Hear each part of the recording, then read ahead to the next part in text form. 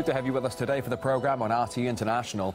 A new report by the World Bank warns that climate change may drive millions more people into poverty. It states that rising temperatures and natural disasters caused by climate change are among the main threats to poor communities. Now, the World Bank has been launching anti-poverty campaigns for decades, claiming the problem is at the very heart of its concerns.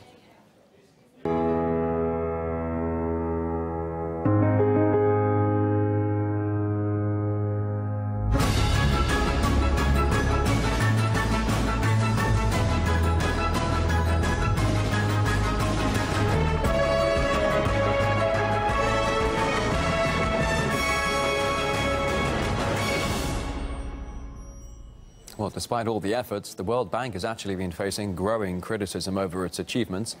Just 2 weeks ago, a senior UN official slammed the organization as a, quote, human rights-free zone. Philip Alston also said the bank's policies treat human rights, quote, more like an infectious disease than universal values and obligations. Another scandal broke out earlier this year following a report by an international team of journalists. It revealed over the last decade the bank's projects forced, well, nearly 3.5 million people from their homes. U.S. economist Richard Wolff says the institution's actually earned itself a poor reputation by failing to address the crucial fundamental problems. As usual, it is to substitute the appearance of concern and the appearance of action for the reality. I think that the World Bank has, like the IMF, a bad reputation for having come to most countries' problems with too little and too late.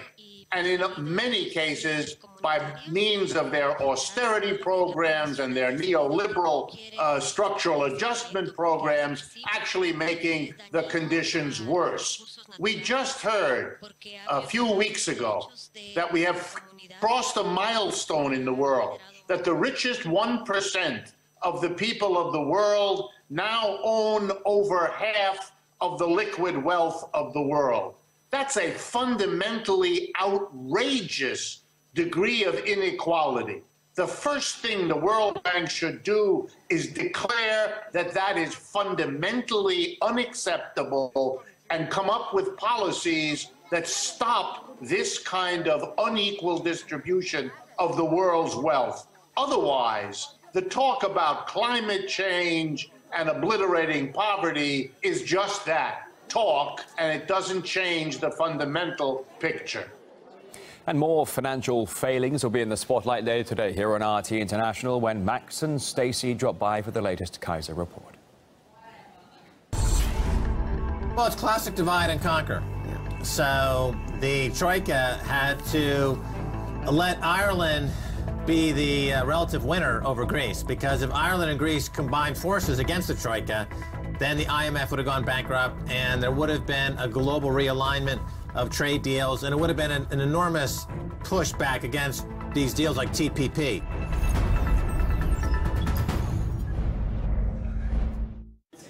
Thanks for joining us. The footprints of a Nazi past are still being felt in a small part of Long Island in New York. It seems a German-American community, which was once home to a Nazi summer camp, is still living by rules drawn up decades before.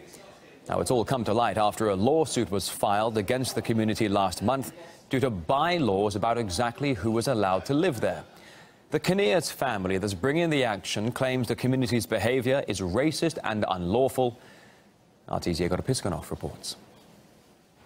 The Big Apple, home to nearly 8.5 million people, the main gateway to the United States for newcomers, a city famous worldwide for its diversity. Merely a thought someone would be banned from buying or selling a home here based on their race or nationality would seem impossible, right?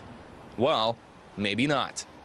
The German-American Settlement League is a small community on Long Island, and it seems owning a home there is only possible if you're of quote-unquote German extraction. Ring any bells? Well, there's more. Prior to the Second World War, New York had a fairly strong presence of Nazi sympathizers, and the community on Long Island was among their favorite recreational spots. Its streets were named after top German Nazis. Flags with swastikas were displayed during special parades. There was even a train that went there straight from Penn Station each morning, the train to Camp Siegfried. Children were taken on marches, often in the middle of the night, carrying heavy backpacks. They had to go through bramble and brush, and they would be led to bonfires in the middle of nowhere. There would be no American flags. There would be the Nazi flag, and they would sing the Horst-Wessel-Lied, which was the Nazi anthem, as well as Deutschland über alles, the German national anthem, Heil Hitler. It was definitely a Nazi camp. The FBI shut the camp down during the war, but shortly after, the German-American Settlement League managed to get it back. Of course, the streets were renamed and there were no more Nazi parades, but some of the old bylaws managed to reach our days. So this is the entrance to that property. Unfortunately, as soon as we arrived here, stopped our car and started getting our gear out, somebody drove up to us and threatened to call the police, ordering us basically to leave, banned us from filming, so can't really go inside, and otherwise we may get arrested. This is private property. We're just going to try to talk to some people here in the area, perhaps try to talk to anyone driving out of there as well. But it wasn't as easy as I thought.